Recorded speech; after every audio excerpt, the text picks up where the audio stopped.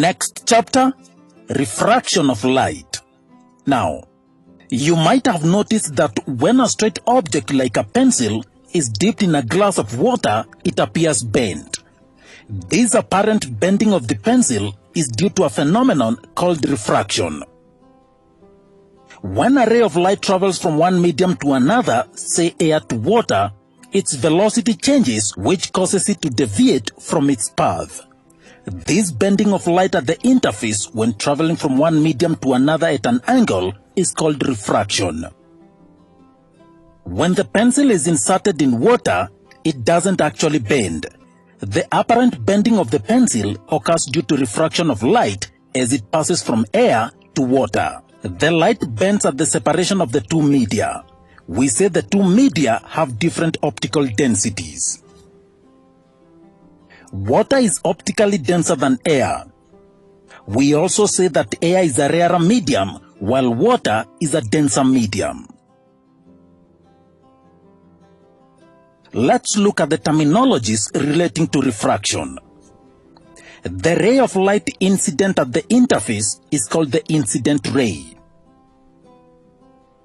The ray that deviates at the point of incidence due to a change in medium is called the refracted ray.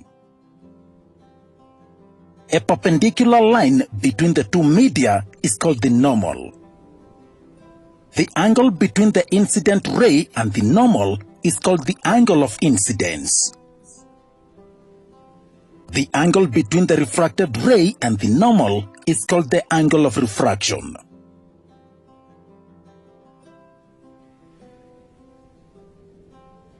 Now let's go to laws of refraction. Now, consider a light ray traveling from air to water. As you can see, the ray of light bends towards the normal. Also, the incident ray, the refracted ray, and the normal are in the same plane. These observations form the basis of the laws of refraction. The first law says that when a light ray passes from a rarer medium to a denser medium, it bends towards the normal. If it passes from a denser medium to a rarer medium, it bends away from the normal. The second law says that the incident ray, the normal, and the refracted ray at the point of incidence all lie in the same plane.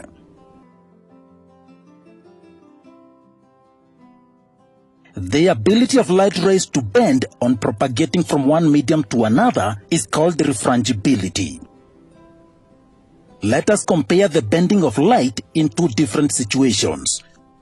When light passes from air to water, and when light passes from air to glass. We see that light bends or deviates differently in both cases. That is, the angle of refraction in both cases is different. The deviation of light depends on the nature and the optical densities of the two media. The optical density of a medium is determined by a property called the refractive index. The ratio of the velocity of light in the first medium to that in the second medium is known as the refractive index of the second medium with respect to the first medium. The subscripts 1 and 2 shows that it is the refractive index for light traveling from medium 1 to medium 2. So it is the refractive index of medium 2 with respect to medium 1.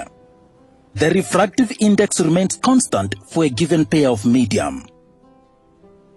Further, the ratio of the velocity of light in air or vacuum to that in a medium is called the absolute refractive index of that medium. If the refractive index of a medium is relatively higher, the velocity of light rays in that medium will be relatively lesser.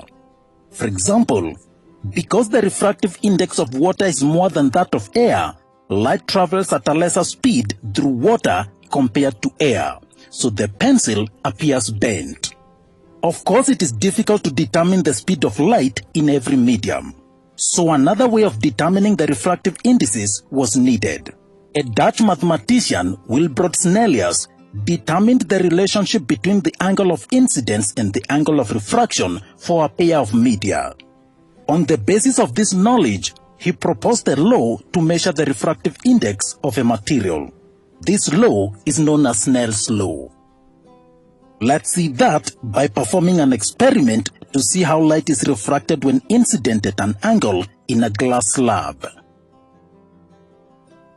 We place a rectangular piece of glass slab on a white sheet of paper fixed on a drawing board and trace its boundary A, B, C, D and remove it. We draw a line IO to represent the incident ray. We draw the normal N1, N2 at the point of incidence O. Then we fix two pins on the incident ray IO and place the glass slab back within its boundary.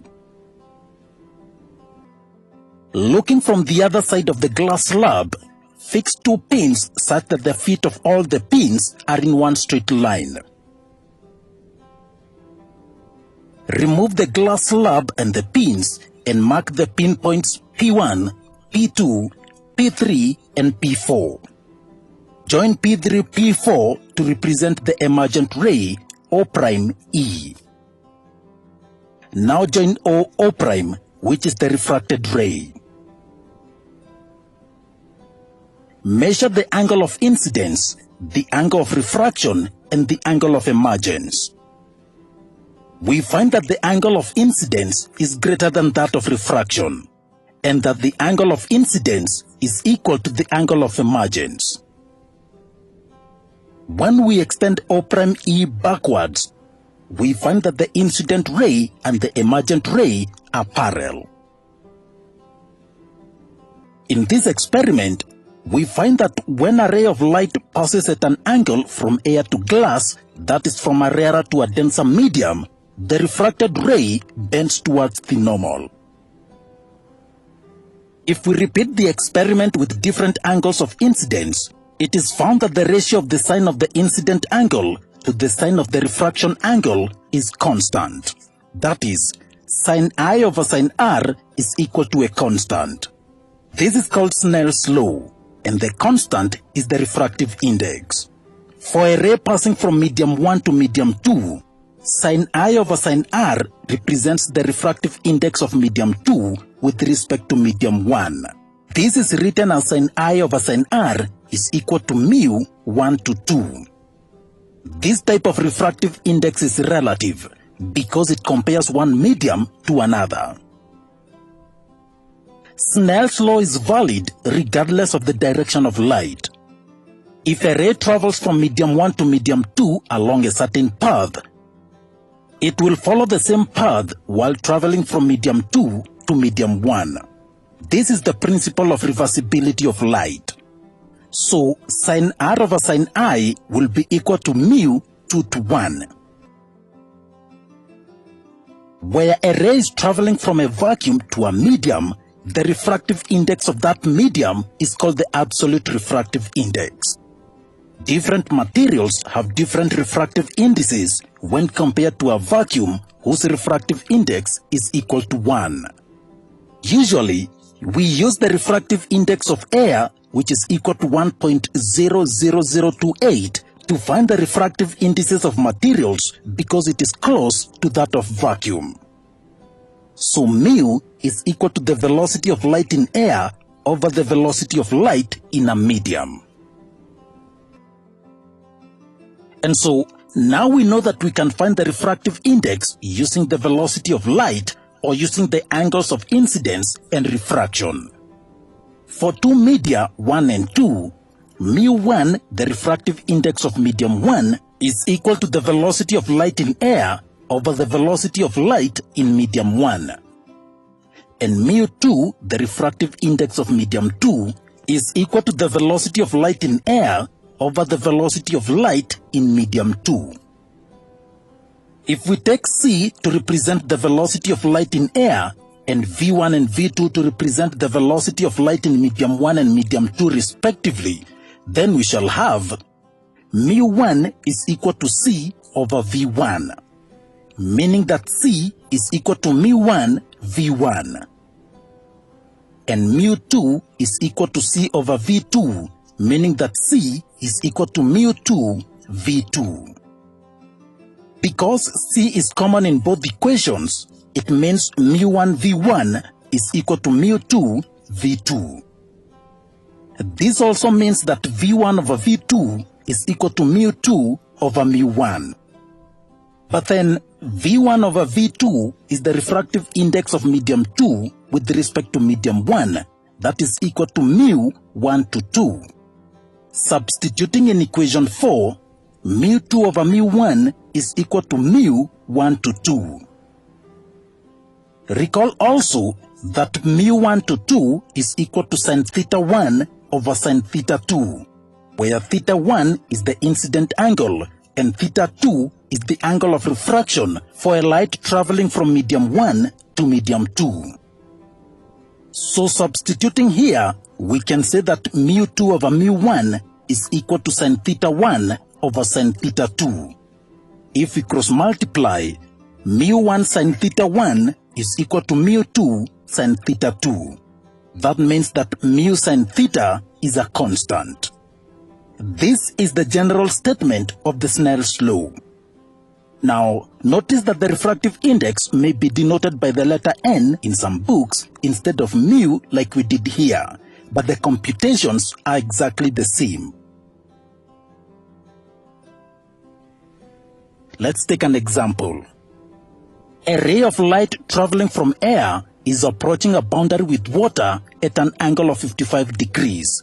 Determine the angle of refraction. We have the refractive indices of both air and water as well as the incident angle or theta 1. So we can use the Snell's law to calculate the angle of refraction theta 2. Mu1 sin theta 1 is equal to mu2 sin theta 2. So 1 times sin 55 degrees is equal to 1.33 times sin theta 2. We divide both sides by 1.33 to get sin theta 2. We get 0.615 is equal to sin theta 2, and that gives us theta 2 is equal to 38 degrees.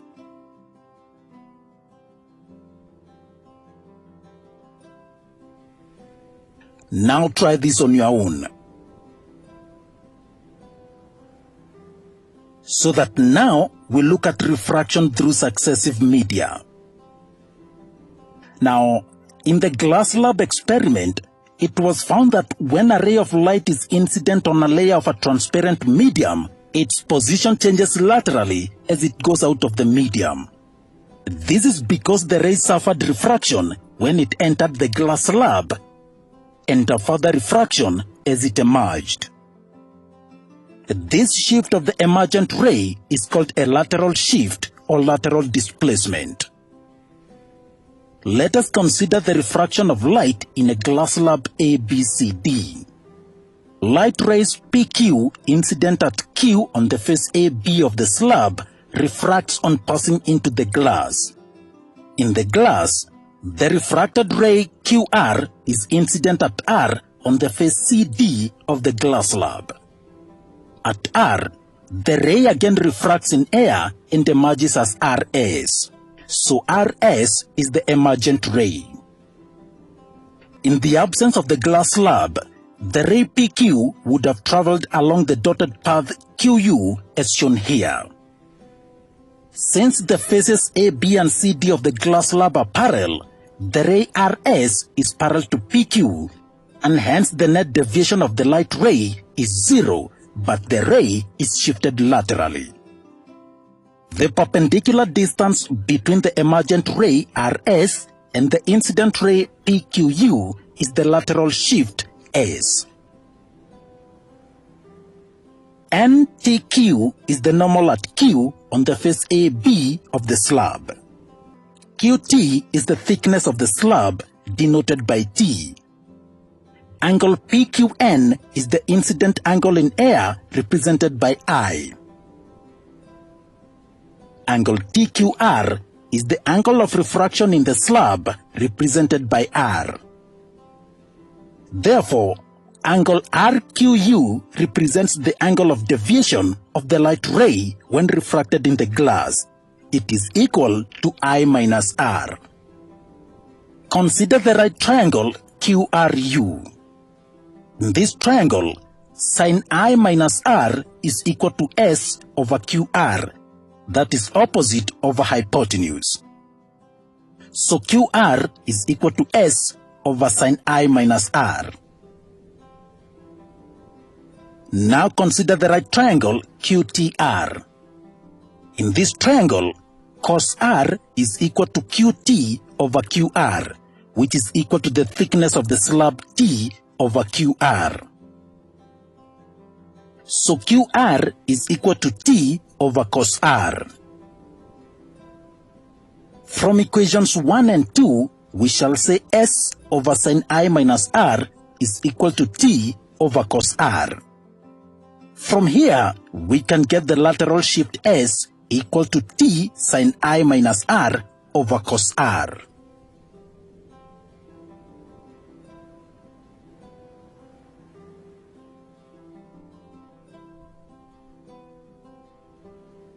Next, we talk about real and apparent depth. Now, aside from lateral shift, you can visualize vertical shift because of refraction of light. For example, when you look at a swimming pool, it generally looks shallower than it really is. This is caused by vertical shift in the rays refracted when changing medium between air and water. Consider a coin placed at the bottom of a trough containing water to a depth edge. When viewed from above, the bottom of the trough and the coin appears to be raised. This change in the perceived depth of an object in a denser medium, as observed from a rarer medium, is known as vertical shift. The refractive index of a material is the ratio of the real depth h to the apparent depth h prime. This apparent depth is the ratio of the real depth to the refractive index. Vertical shift delta h is equal to the difference between the real depth h and the apparent depth h prime. Substituting the values of h and h prime, we get the expression for vertical shift as h times 1 minus 1 over mu. Let's take an example. A container full of glycerin appears to be 15 centimeters deep. If the refractive index of glycerin is 1.5, what is the height of the container? The height of the container is the real depth. Mu for air to glycerin is equal to 1.5. The apparent depth h prime is equal to 15 centimeters. So 1.5 is equal to h over 15 centimeters. H is equal to 1.5 times 15, giving us 22.5 centimeters.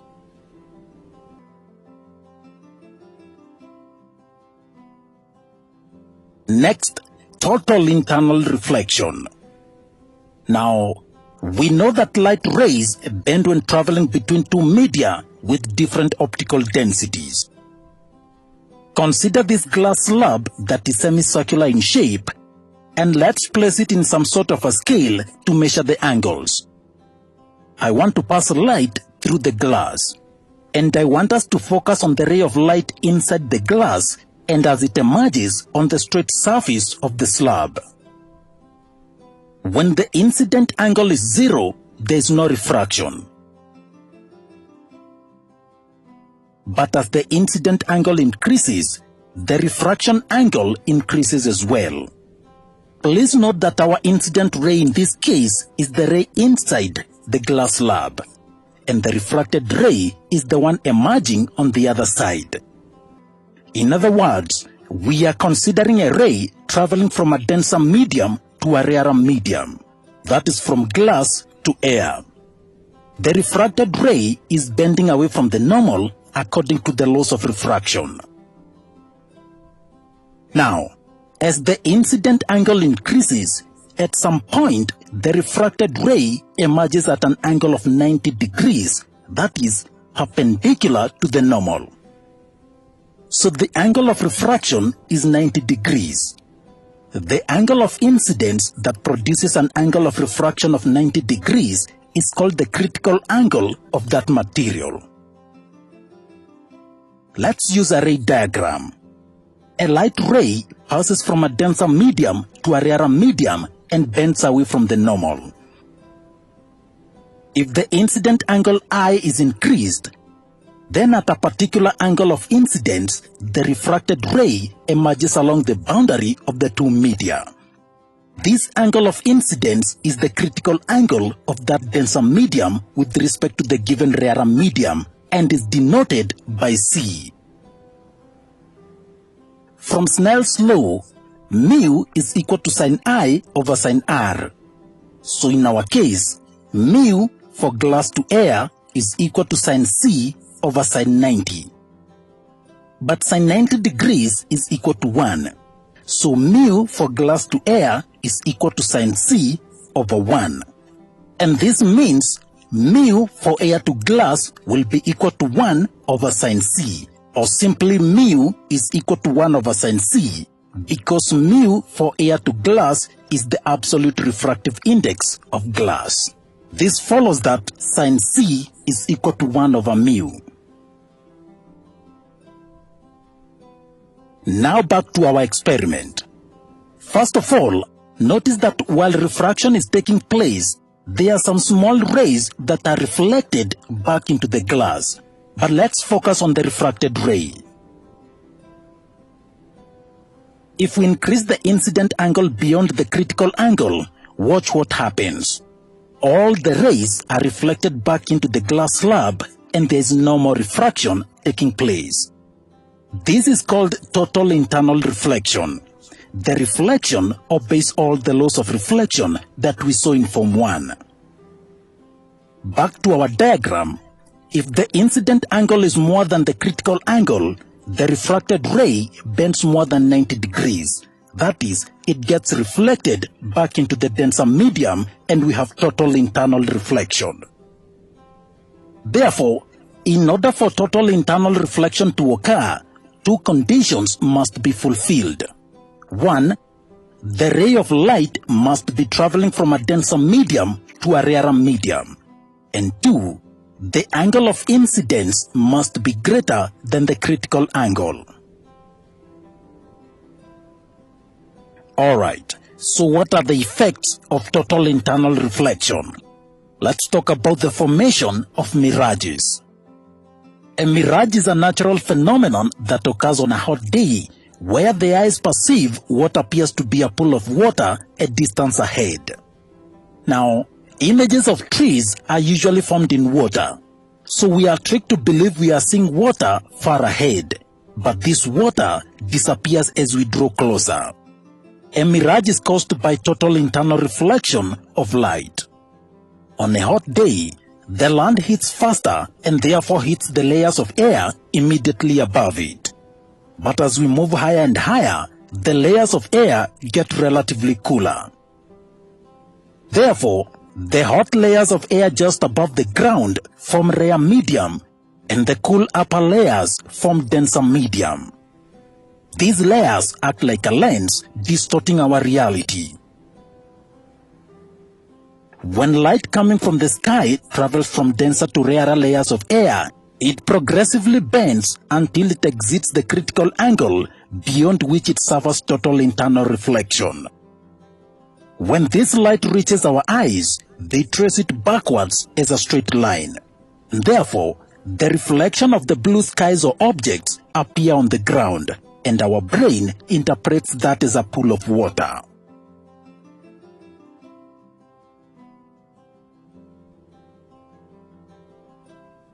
Next, we talk about the applications of total internal reflection.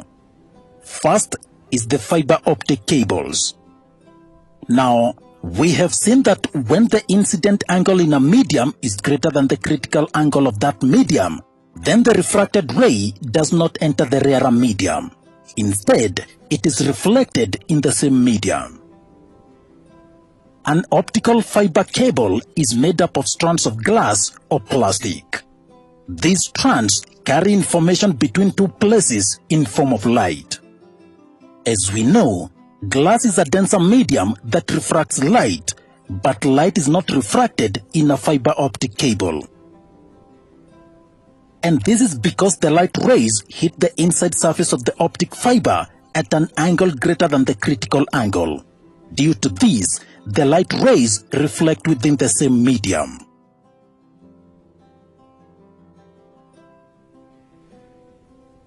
Secondly is the prism periscope. This is an instrument used for viewing objects that are higher or lower than our eye level, for example, in submarines. It consists of two prisms fitted at each end of the tube. In the periscope, light hits the top periscope at an angle of 45 degrees. This angle is greater than the critical angle of the prism, and therefore total internal reflection occurs. This reflected ray leaves the prism at the same angle. It then strikes the bottom prism at an angle of 45 degrees and is reflected towards the viewer's eyes. And therefore, the periscope directs light from the object to the viewer.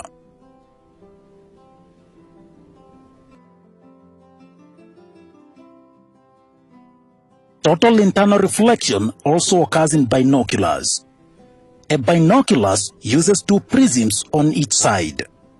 The critical angle of a prism is around 42 degrees. When light enters the prism, it creates an angle greater than 42 degrees, causing total internal reflection.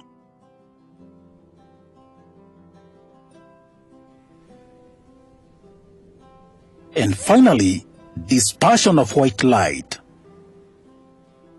Now, sometimes after the rain, we see a rainbow in the sky. A rainbow is formed due to the phenomenon of dispersion of light. Let us perform an experiment to see the dispersion of light. We take a triangular prism, a white sheet, and a cardboard with a hole at the center. We place the cardboard at a position such that the sunlight falls directly on it. Keep the prism such that the light passing through the hole of the cardboard fall on the surface of the prism. At the other end, we fix the white sheet.